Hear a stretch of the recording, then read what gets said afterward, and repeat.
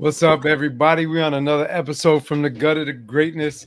And again, as I always say, we're bringing greatness here to you today. But we all got to start somewhere. So we all got a story to tell. My brother here, Masaru Harris, is going to tell his story. He was going to share his gutter to greatness. And, this brother's in higher education. I met him a little while ago at a Profound Gentleman conference that is designed to help support Black male educators. So this brother is supporting his Black male educators, and thus he's here with us today to drop some gems, drop some knowledge. We're just appreciative that you could be here. So Mr. Harris, we want to always start with, what do you do currently, and why should anybody care? Thanks for having me, Dr. Miller. Currently I'm an academic advisor for the College of Engineering at North Carolina A&T State University. I've been teaching for the last 15 years, from kindergarten all the way through higher ed. Why anyone should care is just your teachers have a direct line to shape and mold the future.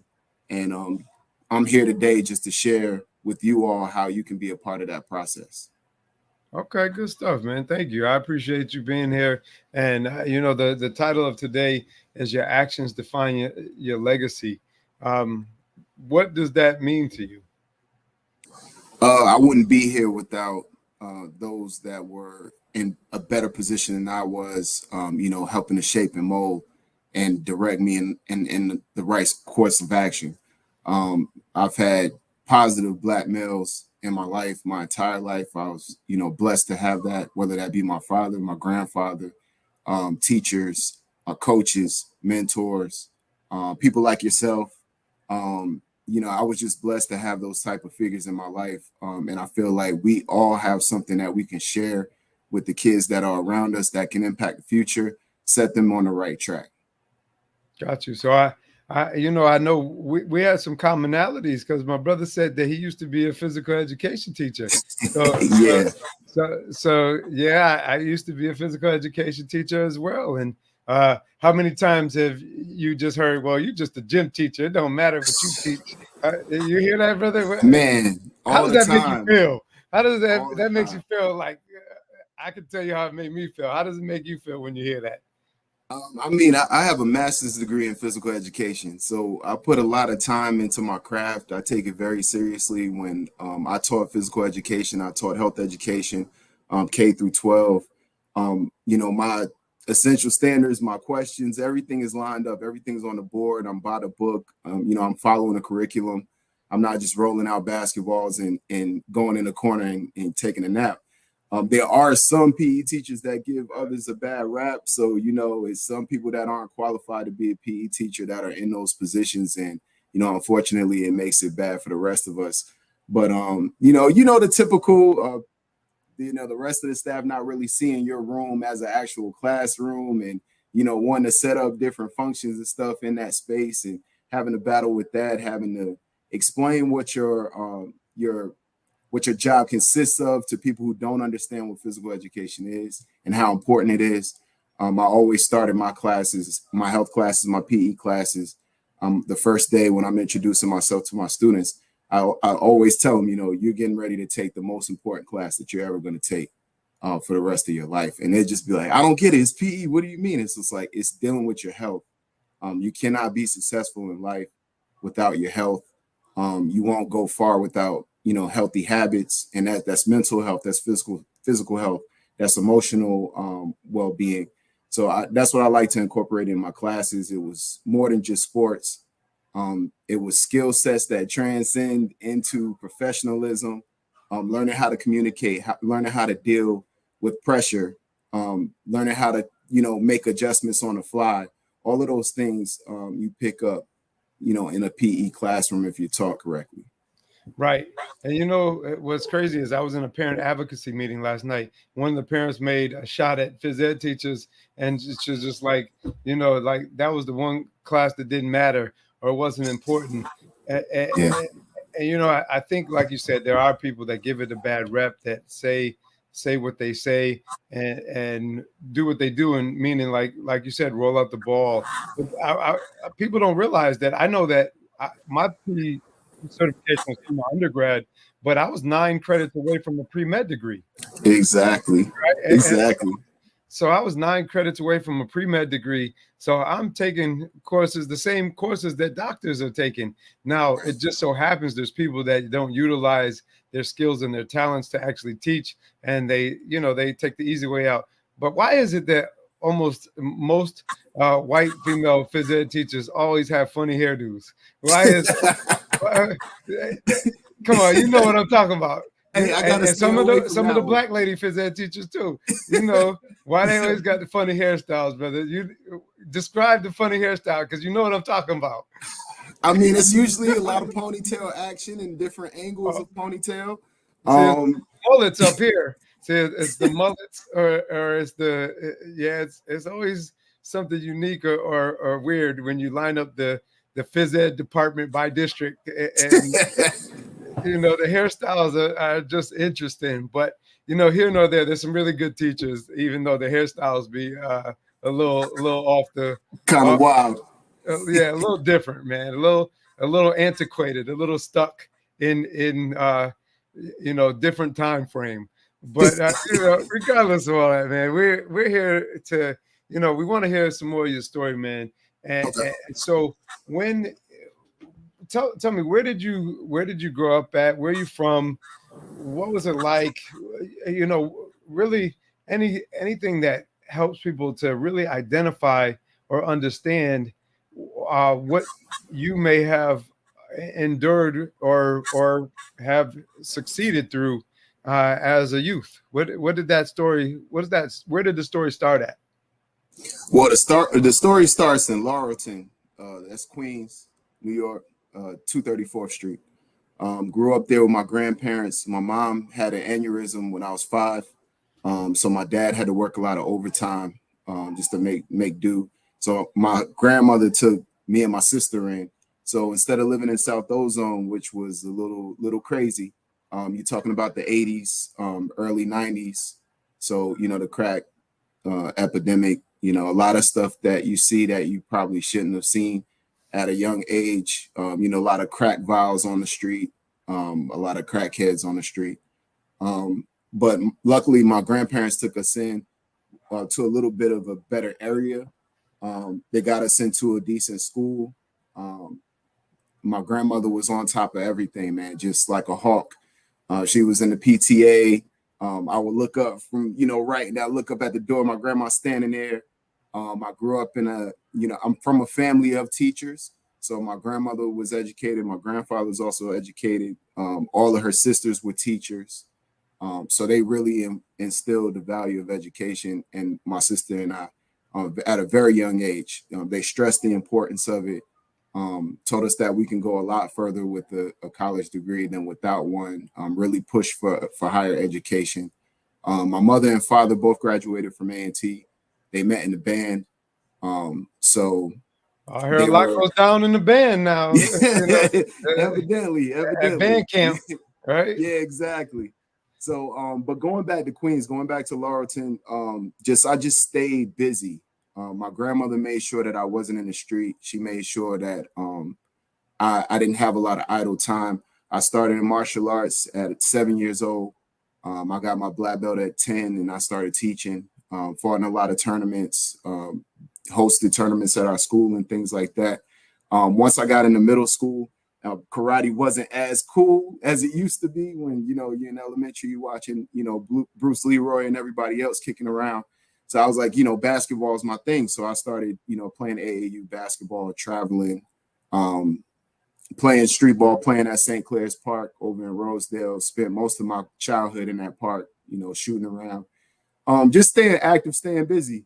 Once I got tired of basketball, just immediately got in the workforce. I was about 15. I started working and just never stopped. I like the feeling of having money. I like the independence of having my own.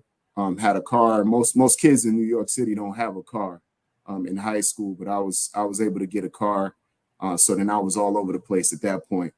But I think the pivotal point that kind of just showed me that there was more to the world than just New York was just meeting Mr. Lamont O'Neill. He was a Spanish teacher at our junior high school at IS 231 over in Springfield. He started the Nubian Gents. It was a step team that he started in about 96, 97. I would think I was on the second line of the Nubian Gents. There was one line before us. And he took us all around New York City. Man, we stepped in step competitions. We even stepped in a high school competition and won the high school competition. We were a middle school team. But just taught us, fortitude, just taught us dedication. He taught us that just putting time into anything, you'll perfect it. So some of the routines that we came up with just ridiculous. The stuff that I would see some of the other guys do, I would be like, man, I don't know if I could ever do that. And then to be able to do that, and then not only do it, but doing it on stage in front of thousands of people. He used to have us on a Coliseum block on 165th, just in the middle of the street, like stepping in front of everybody, just everybody shopping, walking around. Now it used to be crazy down there on the Coliseum. Like, yeah. I think it's changed a little bit. See, the thing about New Yorkers is that what's interesting to me. So if you're from the New York City area, like Queens or any of the other boroughs, you only believe that New York involves these 5 boroughs, right? Yeah. See, but I'm from the other part of New York, so I'm from Rochester, and so interesting. We never, it's not really looked at. So I'm trying to go back up because people who are listening, so they understand the mentality that you may not have understood that anything was bigger than New York or New York City, right? And so when I say New York, not the state of New York, but New York City, and so I heard you say this brother really brought you a whole new experience. But I also heard you say that it seems like for the most part of your life, you've always kind of been on the straight and narrow, and like you've always seemed to follow a decent path.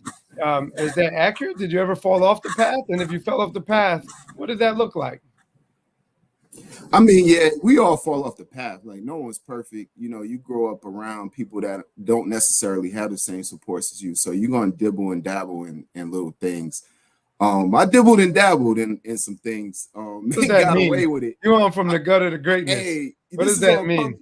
This is on public television. We talk about this kind of stuff. I tell the stories all the time, brother. I'm a hustler from way back. It just, things have just shifted and changed, and my mentality changed. But see, and the reason why I tell these stories or tell things that, or never to glorify, but all just to have people understand and identify, because there's a lot of people out there that are doing or considering. And see, for me, I lived a double life all the time. So I lived a double life where, I would do well in school, because if I did well in school, I knew people would leave me alone. And then B, my double life was in the streets, doing whatever I wanted to, or doing whatever I could to try to make ends meet, because I wanted to change my life. And so I dibbled and dabbled, and never really ended up being what was God wanted for me. It was always something different. God wanted me to be doing something different. So I shifted, but I've told some of the stories of things that I did, and that's what makes interesting listening, my brothers. You got to get in. You got to. I'll give you a little bit. Let's hear one of Mr. Harris's. What's one of your gutter tales that you're okay with sharing? All right. No pressure. Just going back to my mom's situation, not having my mom as a kid, it bothered me. I had a real hair trigger when it came to disrespect about moms. And, back in the 90s, those mama jokes used to fly like left and right all the time. But anybody say any mama jokes about me and I'll fly off the handle. Just really had a tough time checking the rage that I felt behind not really having what I felt I needed at the time. So I fought a lot. What'd you feel you needed? What'd you feel you needed that you didn't I felt like I needed my parents, like my mother and my father, because I had them originally, but then when my mom had the stroke, it pretty much broke the family up. We were living with my grandparents, which I love my grandparents, but I wanted to live with my parents. But I never got a chance to. that never changed. Like my grandma and my grandpa raised us for the rest of our adolescence, so I never got a chance to live with my mother, really build a bond with her or anything. She had real severe brain damage, so she was never the same after the aneurysm. So it's just like just not having that mother figure. Even though my grandmother was there, she wasn't the type to say I love you, hug you, make you feel I don't know, comforted, for lack of a better word. It was kind of like, toughen up, like deal with it, power through. I never saw my grandma cry, never saw my grandma get sick. She's literally the strongest person that I ever met. So it was just like I didn't have that soft hand that I felt like I might have got from my mom. So it was just a lot behind that. I had a lot of anger issues. I like fighting a lot. So I did fight a lot. My grandmother saw that and she put me in a place where I can get trophies for fighting instead of getting handcuffs. So, I mean, a lot of that is just having people around you that can kind of see the direction that you're heading in and kind of steering you to where you could kind of channel some of that negativity into something positive. Right. And I've always had people around me like that. I had people around me that wanted me to channel it in other ways also. And like I said, sometimes I make mistakes and sometimes I did things that I'm not proud of doing, but that's not anything I'm gonna put on, on a podcast for the whole world to see. You know what I mean? Right. But I'm not perfect. I can tell you that. What did that anger? What did that anger feel like? That grew in you. It's a powerful feeling, man. It just feels. When I get in a fight, man, I don't feel anything. I just kind of just go numb. I feel like I can walk through whatever you got. And I'm probably not going to even try to get out of the way of it. Like I'm just going to take it because I don't think you could take what I got for you. So it's just dangerous. It's a dangerous state of mind because you put yourself in harm's way. You also put the other person in harm's way when 90% of the time, the way you feel doesn't have anything to do with them. And, you kind of making them the scapegoat for however the lack of you dealing with the issues that you need to deal with. So luckily I was in martial arts and that was able to help to shape and mold, my ability to control myself, control my anger, to respect myself and respect the people around me enough to not take out my anger on them. I think we definitely had similar paths because I was angry as well at times, and I also was in martial arts, and that's part of what I believe helped me to learn how to control it and be able to really just avoid situations. And see, I was never one who even really liked to fight. I was always been good at it, but I never really enjoyed it. Never really wanted to. But when I was angry, it didn't matter, right? And so, then I would react to situations, and not that I would get in a lot of fights, but I would do dumb things because of my anger. And I've had my share of squabbles, but nothing that would be overwhelming. But I was more afraid of being able to lose control of my temper because I wasn't in tune with how I felt, because as Black men, we're often not given the ability to control let me back up. We're not given the ability to deal with our emotions, and to heal from our emotions. We're told, like what grandma said to you, and so when I hear you say, how strong grandma was, she had to be to raise you and do all the things she did. But unfortunately, sometimes our Black women's perception of what it means or to be a Black man can cause more drama, trauma, and issues for us, and the stuff that we got to work on and work on healing from. So, how did you start to heal from the situations? I don't know. I think heal may not necessarily be the word. I think it's more like avoidance. I don't really tend to dive too deep into negativity because I just feel like it's too much work to be done.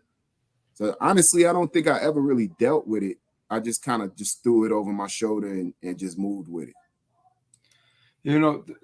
And that's interesting because as Black men, that's what we do. And that's what I've done almost my whole life. Now I'm 46 years old. How old are you? I'm 40. Right. So 40 years old. And it wasn't until maybe around 40 when I started looking at it a little bit and started being willing to look at it a little different. I don't think it was just a magic age or anything. I just think I became, due to some experiences or things that were going on, and I started to look at things a little bit different. And then what I've realized is a lot of my baggage was sitting there and I wasn't working through it. I wasn't healing. And because I wasn't working through it and I wasn't healing, I would still find ways to be successful or do some of the things that I do, especially it's never really inhibited me professionally, but personally, it's definitely caused me trauma and caused me hurt or caused me pain. Like with my hurt and pain, I developed a vice. So my vice wasn't necessarily fighting, or when I was young, it was anger maybe, and outletting that anger in the wrong ways. But as I got older, my vice became women, right? And so my vice became, because I was hurt, and a lot of my hurt stems to where my parents and my mother, she was depressed, was going through situations with when my stepfather was addicted to crack cocaine, and I didn't get what I needed often. And I often felt like I was raising myself because of her depression, because of his drug addictions, because, the circumstances that I grew up in. And then, what I realized when I got older, I looked for things that made me feel better. And so the things that made me feel better was women. But then often when I got into serious commitments, I would find women that treated me just like my mother did. And so then in return, it would push me more to my vice. And so it was like this repetitive cycle that I was going through. And so, I think my encouragement is for you to say, um, what's the effects of that work, right? And so if you are at some point in time open and willing to open some of those boxes, is the gains going to outweigh the struggle you're gonna have to go through? Because it's hard. It's hard bringing up that stuff. It's hard feeling that pain again. But I'm gonna argue that never dealing with it is still in the box, and that there's always a key that could open it. Right, definitely. And so if you were going to uh, think about opening that box and think about healing and think about what that could look like, where would you start with it all? Where, if you had to start somewhere, where do you think that starting block could be? Oh man, like where do I start with dealing with the emotions associated with not having my mom as Right. a kid? Um, honestly, I don't know how I would start, dealing with that. Honestly, I feel like I'm not a kid anymore. You know what I mean? Like it's been so many years since I've been a kid. So I just refuse to let a feeling that I had when I was a kid stop me from being a man. True. And I'm sure, and based on our conversations, it sounds like you're a hell of a man, hell of a father, and all those things. But do you feel like those hurts ever affect you in how you move as a man? I know it does for a fact because with my mom being in and out of hospitals and seeing her, laid up and going through a lot of things, whenever I see another person in my current life, if I see another person get sick or, have to go to the hospital or maybe even have a cold, I don't know. It's just like a defense mechanism that I just disconnect. It's not like I'm being cold. It's not like I don't care that you're sick, but it's just like I don't really know how to support you through that. And I don't know if that's connected with my inability to support my mom through that because I was just a kid at that time, or if it's me just avoiding the feelings associated with someone being in a condition like that. Right. I don't really know, but I do know that manifests in my life today. I've been trying to work on it. Like if my wife is not feeling well, I try to be more caring and more supportive because I realize that I can be that way, and I Right. know where it stems from. Right. So then in aspects, I think there, if you're being cognizant and aware of it and you're trying to do something different, then I would again argue with you that you're working on trying to heal from it, Okay. maybe even unconsciously, Yeah. and you know that it's something that it's caused you. And I'm sure that it even causes with the way that we react or interact with our children and things that our children see because of this hurt and trauma. And so in my case, it came down to infidelity, and it came down to things that my kids ended up feeling at some point in time, and them feeling that. I never want my kids to go through that hurt and feeling, but I'm also, like you said, I'm an imperfect person that has always been a good dad, but it made some mistakes. But a lot of my mistakes also, as even though I can take accountability and need to take accountability for them, had to do with the fact that in my relationship, I felt like I wasn't getting what I wanted or needed. So I often felt like I wasn't being loved, I wasn't being cared about. And so then in return, because I wasn't dealing with or hadn't dealt with some of the feelings that I go through inside, I turned to the other stuff. Like a lot of brothers turn to weed, they turn to alcohol, they turn to violence. Like you could have been angry, and instead of controlling it, you could have went out and hurt people, because Mhm. hurt people. And Right. so a lot of times that seems to happen. So when and how do you see yourself ever with that, having the ability to be vulnerable? Um, I don't think I'm in a position to be vulnerable. My father passed away. I'm the patriarch of my family. Like I said, I'm only 40 years old. I was a patriarch of my family, in my late 30s. Right. So I just didn't feel comfortable with being vulnerable publicly, because I felt like I had to be the strength for everybody else. Of course, you're gonna handle your emotions. You're gonna cry. You're gonna feel. You're a human being.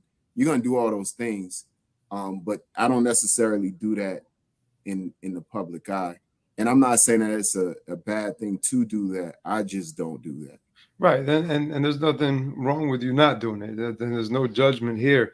Um, I wonder that because a lot of our brothers feel like they don't have the ability to be vulnerable in public or in private, and Mhm. so missing some of that ability, and I'll call it like a respectful feminine energy, right?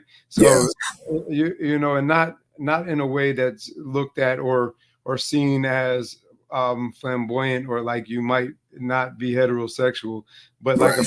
like a feminine energy where our brothers are missing it, like that. Like you said, you miss some of that softer side, and they miss it, and we walk around with a tough energy all the time, and never have the ability to let our guards down.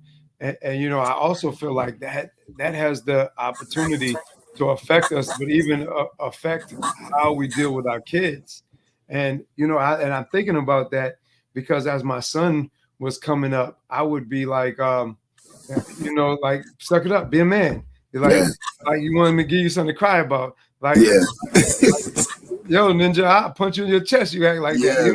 and not, in a way that would be appropriate, obviously, if that's appropriate. But I say all that to say, as I've gotten older, I started to realize that, man, I want my son to be. I know he's got to be tough in certain aspects of the world, but I want my son to also feel like he can be vulnerable, and like it's okay to have these feelings, and that I care about your feelings, and that it is okay to cry and those pieces. And I know I didn't always show that. And by the time I started to show him that, I believe that he already started to form his identity. And I know I probably caused some trauma with him because of that. You Did know, he grow up in Rochester? so he grew up, he started in Rochester. Then a lot of his years were in Albany. And we were in Albany for about 11 years before the divorce. And then he moved down uh, to Atlanta, Georgia. And so now he's almost 18 years old. And and there's separation because of that, they're in a different state. But, I know that I wish that I would have seen that sooner, the same way that I was able to treat my daughter And no, baby, it's okay. Let me, let's, and not obviously not that same language, right? But still being able to um, give him, I think, more of what he needed as far as vulnerability, because I think Mhm. it's a skill that sometimes as Black men we miss and we lack. And and I don't know if you've had that experience or not with your son, or has it been different for you? It's been different for me because my son didn't have to experience, the neighborhood or the New York City energy, because I feel like New York City reinforces that idea that you can't afford to be vulnerable. Vulnerable people in New York get taken advantage of. Right. So I wasn't going to be that guy that's going to get taken advantage of. You have to walk around with a permanent screw face, even though inside you having the best day of your life. You still can't be walking down the street smiling, happy go lucky, because somebody will take advantage of you. I've seen it. I've learned that early. And like I said, that's just not going to be me.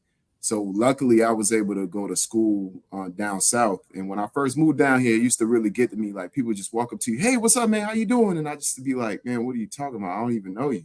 But eventually, you start to drop that armor, and you start to really open yourself up to getting to know people, and then you really understand that the greatest resource is a human resource. Like the more people you know, the more support you have, the larger your network, the more people you can reach, and more doors are open for you. I would have never been in this position if I stayed in New York. I would have been pigeonholed to just the people on 234th Street. I wouldn't have dealt with anybody outside of my neighborhood. And, I don't know where I would be if I would have stayed. Right. And growing up in, in an area that some may consider difficult, and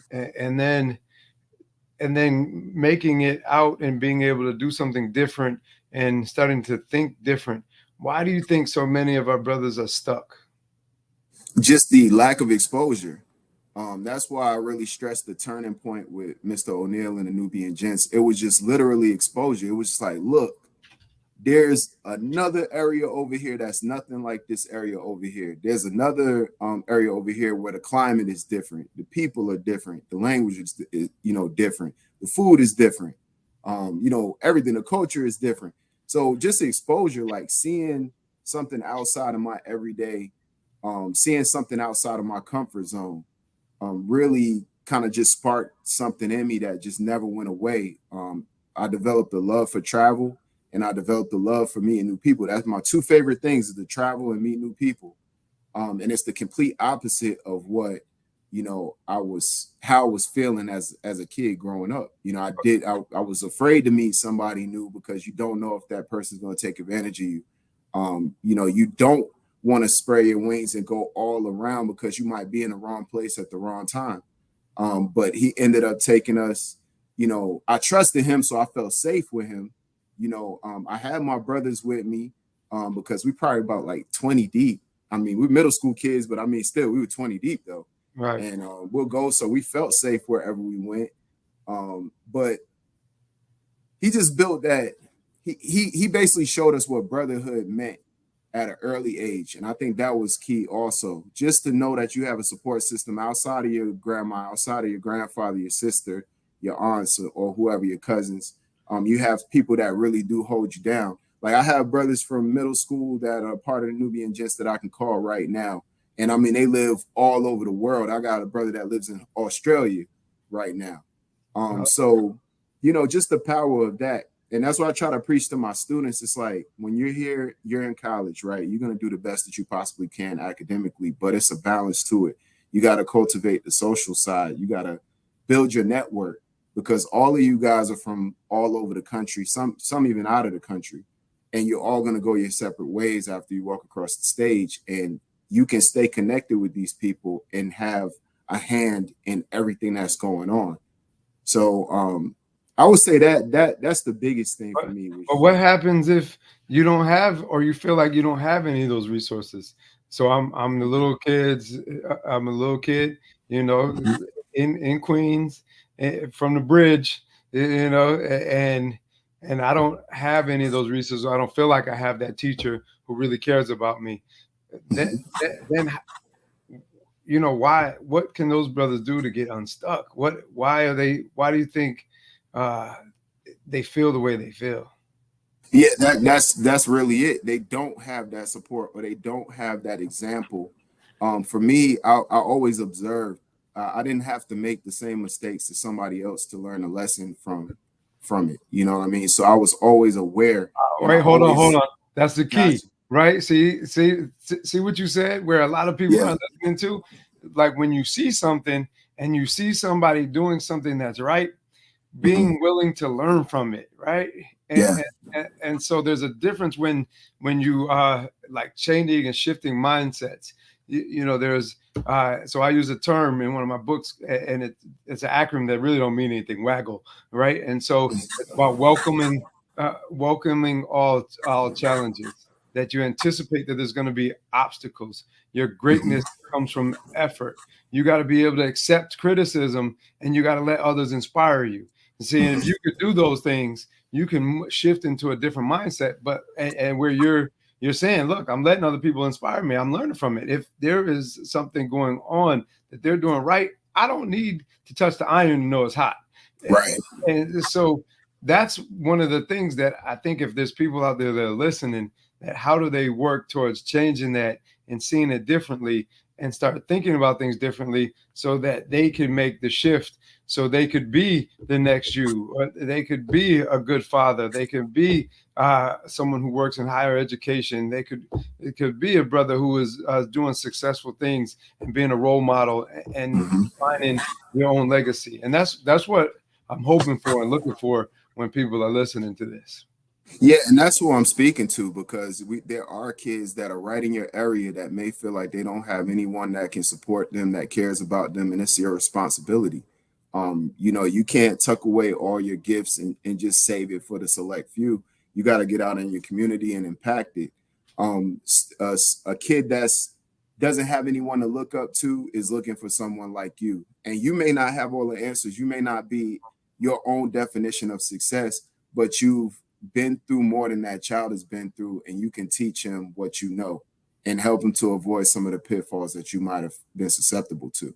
Was there anything that you did that was limiting to your potential that you knew you needed to stop, and that Yeah, what, yeah. what what was that? Having kids out of wedlock. That I couldn't stress that enough. Like, I'm not a What you got, big. like 30 kids? Yeah, I got a lot of kids, bro. I got Right. 4 kids. I have a daughter, she's 18. I have a son that'll be 13 this year. I have another son that'll be 7, and another son that'll be 5. Okay. And I have 2 baby mothers and my wife. So I feel like that stagnated my development significantly. On the flip side, it motivated me to a whole nother level. Like, when my daughter was born, it pushed me out of just that stagnated state. I was just getting by. I was just not focused whatsoever. I didn't have any idea. Wasn't even thinking about the future. Had my first child, my daughter, at 22, so I was still a kid myself. Right. Didn't really know what I wanted to do, but I knew that higher ed was going to get me in position to figure out what I wanted to do. Just based off what my grandma, my aunts, and my parents would always talk about, how college impacted them. So I would say that was the biggest hindrance to my development, man. But at the same time, it was what fueled me as well. Like, my daughter would sit in classes with me at A&T. My professors supported me to the point where I didn't have a babysitter, and I had a class, and I was, just got the okay to bring her with me.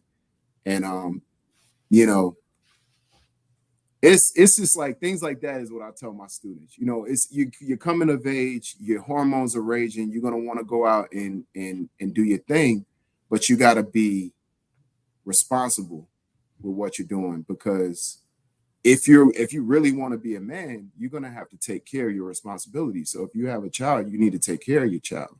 So that's gonna take a lot of time and energy, and it's also gonna um you're no longer gonna be the priority at that point. What So what was the turning point? So I hear you were sticking and moving, and you was mhm, doing what you had to do. yeah. At the time is what you felt, and Mhm, you created situations that you felt were limiting, and yeah. that made it so you didn't reach certain levels that you probably could have if you wouldn't have bogged yourself down with certain maybe levels of being irresponsible, even though they're Right, beautiful blessings and you right. have amazing things that came out of it. So what was the pivotal turning point with that? How did you stop and shift and say, you know what, I can't do this like this anymore? Oh man, I was working in a warehouse. I was unloading the truck, doing manual labor because that's all I could do. I didn't have an education. I graduated from high school. I had a couple college credits at that point. Um, Dabbled in carpentry and all until I got on a house and was trying to build a house, and it was like 85 degrees in North Carolina, and I was like, "This, I'm not built for this." You know what I'm saying? So I was working in factories, unloading trucks, driving forklifts, and things like that, just paying the rent. And I saw this old man, and he was doing the same thing I was doing.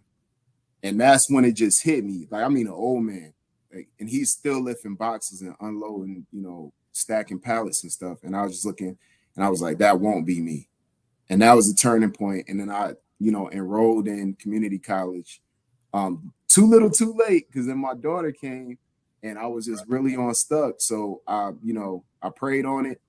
I didn't really know what I wanted to do, what I needed to do. I was scared to death, couldn't take care of myself, and then had a child on the way.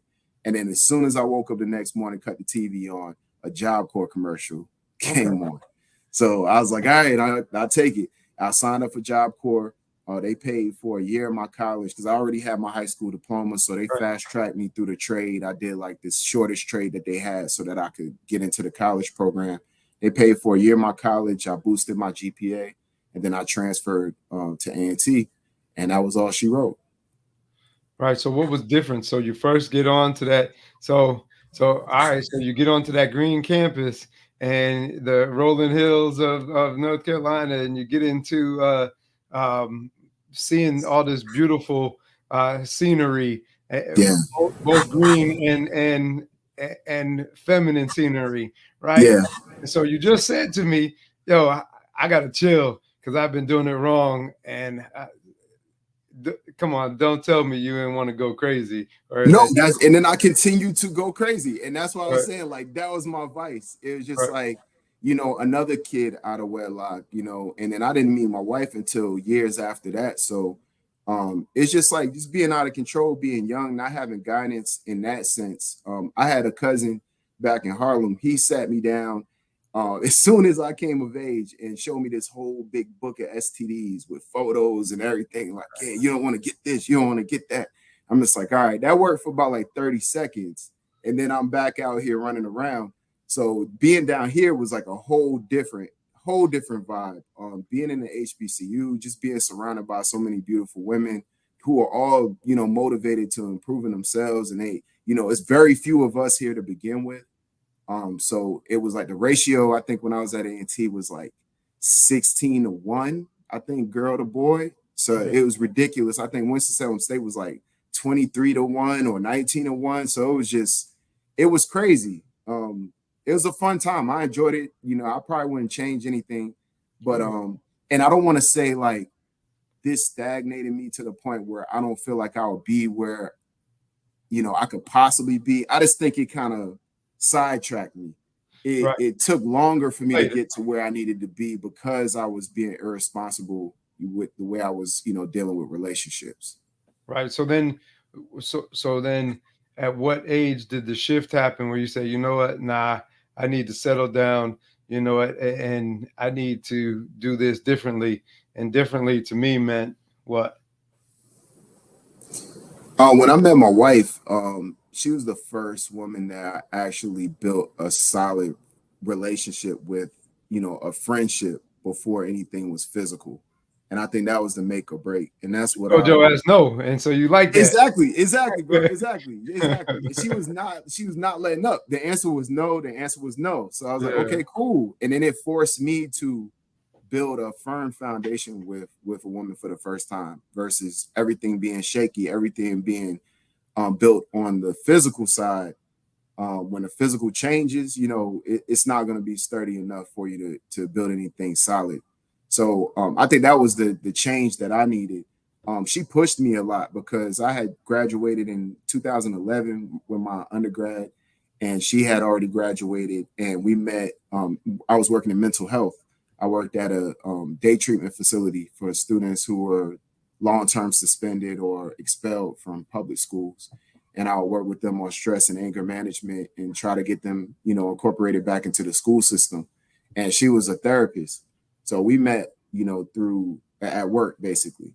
And she went and got her master's degree, and I'm just so ultra competitive, so I was just like, yeah, you're not going to out degree me, you know what I'm saying? Like, if you get your master's, I'm getting my doctorate, you know what I mean? It's just, and so she pushed me without really pushing me, but I'm watching her and I'm like, I got to keep up. Like, she's going after it, and that's what I was looking for, like someone who was going after it.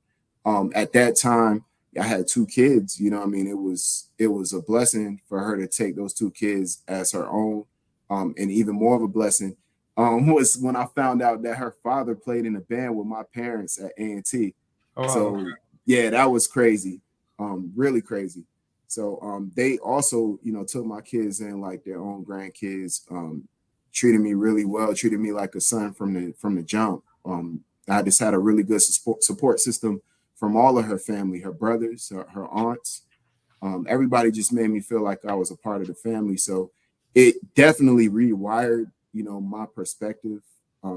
I think I was always searching for that type of relationship. So now that I have it, I don't feel the need to, look around and hunt around and roll the dice on some nonsense. Right. So I think that really changed me. And then having my 2 sons with her and being able to give them what I didn't have, like have a mother and father in the house, is really, really, really important to me, though, of the utmost importance, for them to be able to see what that's like. And I was blessed to find a woman that had her mother and father, which I feel like that is a huge difference. A lot of women that I dealt with in the past came from single parent households. Their fathers weren't around.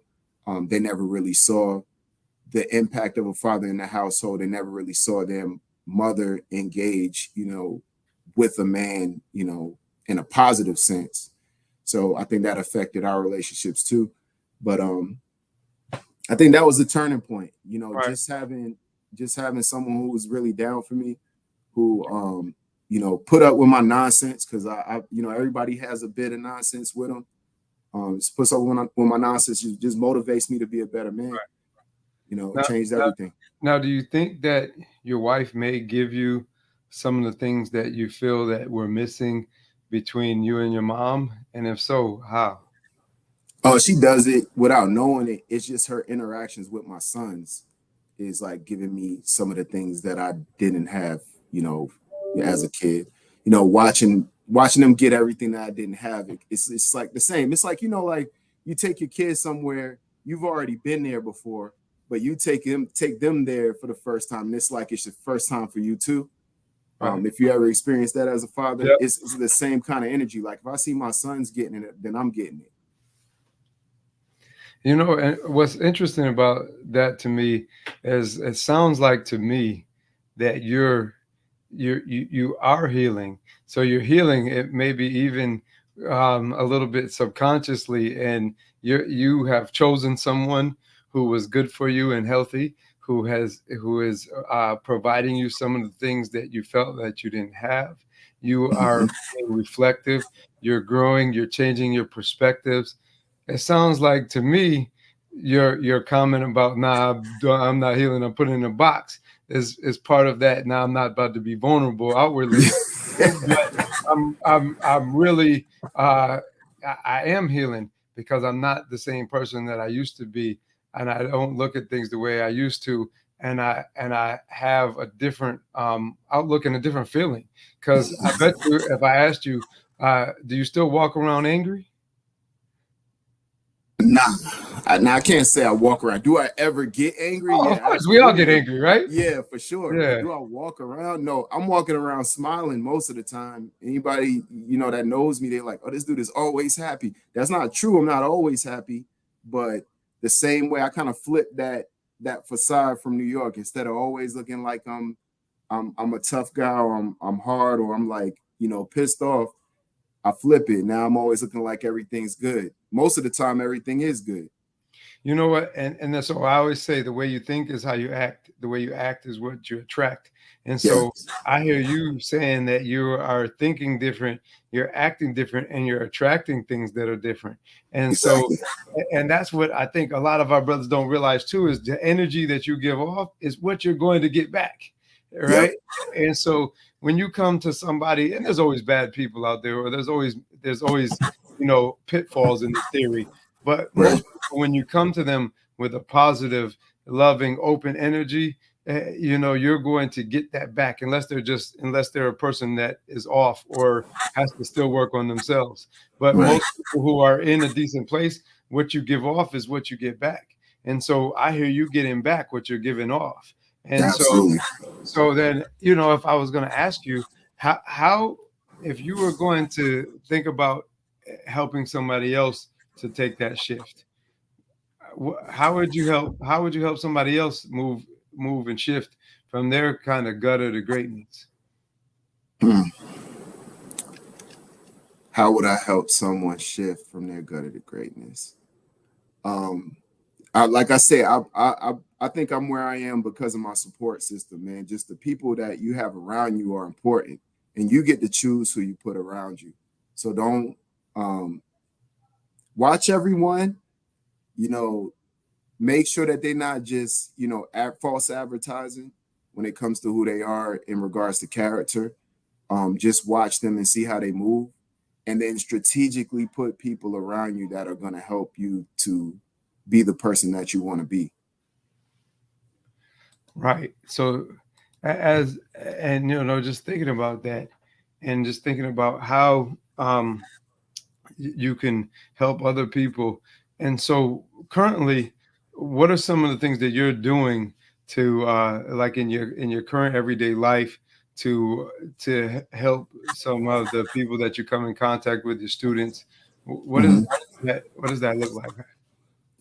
Man, I'm a member of the Invincible Lodge number 251, Greensboro, Prince Hall, North Carolina.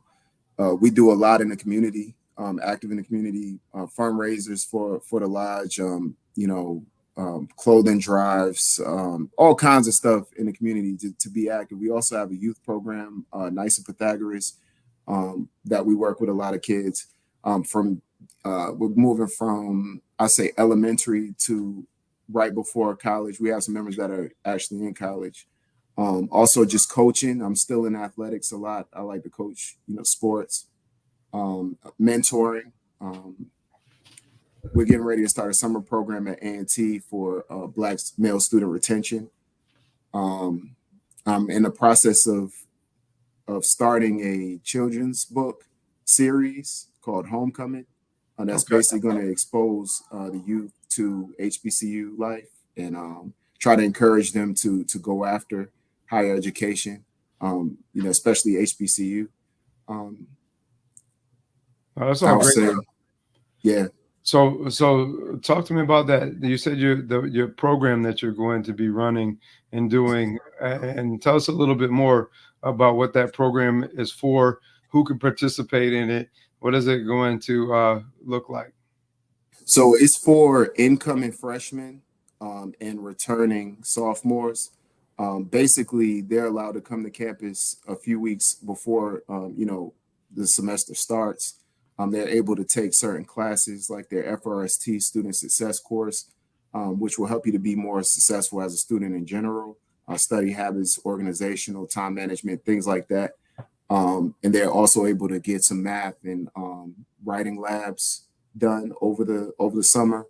Guest speakers will come in and speak with them on field trips, basically to form a brotherhood amongst the incoming freshmen, so that they do have that support system that should last them throughout their stay at A&T.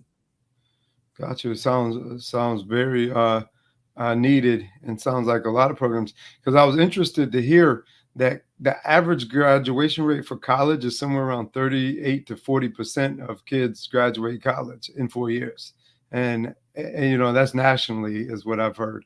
And that's surprising to me. 40%. That means 60% of kids that are going to school are not graduating, but are spending an innate amount of money. So programs like what you're putting in place, I'm sure that's going to help lend some support and we'll get them, get some more kids over the needle because they'll get more of what they need. Now, what about this book that you got going on? All right, so the children's book. I was inspired by my first experience at A&T. My parents took me on campus for the first time. And remember, I tell you, my mom had a stroke when I was around 5 or 6, so I had to have been like 3 or 4. And we drove down from New York to Greensboro. My mother and father were both in the band. I just remember being in the middle of Aggie Stadium on the field, just loud. It was just loud. The whole band was all over the place, just playing, and we were in the middle of it. And it just sparked this idea, like, how many young kids know about HBCU life and HBCU culture, and how many students that intend to go to college even consider going to a HBCU. So I would like to put something together, to illustrate, the greatness that is HBCU Right. life and culture. Now, based on who you've become, Mhm. what if you had to give 3 keys to success, as so somebody could walk away with it in 60 seconds or less? What would your 3 keys to success be? Learn from your mistakes. Prepare for what you want your future to look like. So your planning is everything. And your routine matters. Your routine can set you back, or your routine can propel you. So you have to make sure that what you're doing is in alignment with your goals, and make sure that you set up a proper routine. That's 3, but I want to slide in that balance, though. Balance is key also, because Okay. you have to take care of your whole self, not just your mind, not just your body. You have to take care of every aspect of yourself. Right, got you. Okay, well, thank you, brother. I appreciate you coming on today. I appreciate you coming and telling your story. And we always leave with mindfulness minute, and with the mindfulness minute, like defining your legacy. So Masaru has developed his legacy through what I believe is becoming the man that he always needed and wanted, and also being that father to his children, but also trying to represent and do it for other children that he works with, and trying to lead by example. And so I hear that he was able to make this shift. He went from a little boy to a young man to a man. And, for a little boy, often needs people to take care of him. A young man often takes care of himself. And then a man is able to take care of others. And so a lot of becoming a man is about shifting your thought process and going from little boy thoughts to grown man thoughts. But part of that is the way you think is how you act, and the way you act is what you attract. And by attracting different things, you will get different results. And so this brother has got different results by doing different things. And so if you want to start to get different results, you may have to look at what you're doing and what's causing you the problems, and what do you need to shift in, and what do you need to do differently, and then disciplining yourself to do it, and then practicing it and doing it over and over and over until you become good at it. And so if you want to become good, remember your greatness comes from your effort. And so that is how you will define your legacy, by putting effort in. And that's what will determine how great you will be. And this has been another episode from the Gutter to Greatness. I appreciate everybody for always tuning in and listening with us. And until next time, we're going to have you be greater later. That's it for today's episode. So head on over to iTunes or wherever you listen to podcasts and subscribe to the show. One lucky listener that posts a review on iTunes will win a chance in the grand prize drawing for a $25,000 private epic VIP day with Dr. Miller himself. Be sure to head on over to guttertogreatness.com and pick up a free copy of Dr. Miller's gift. And join us on the next episode.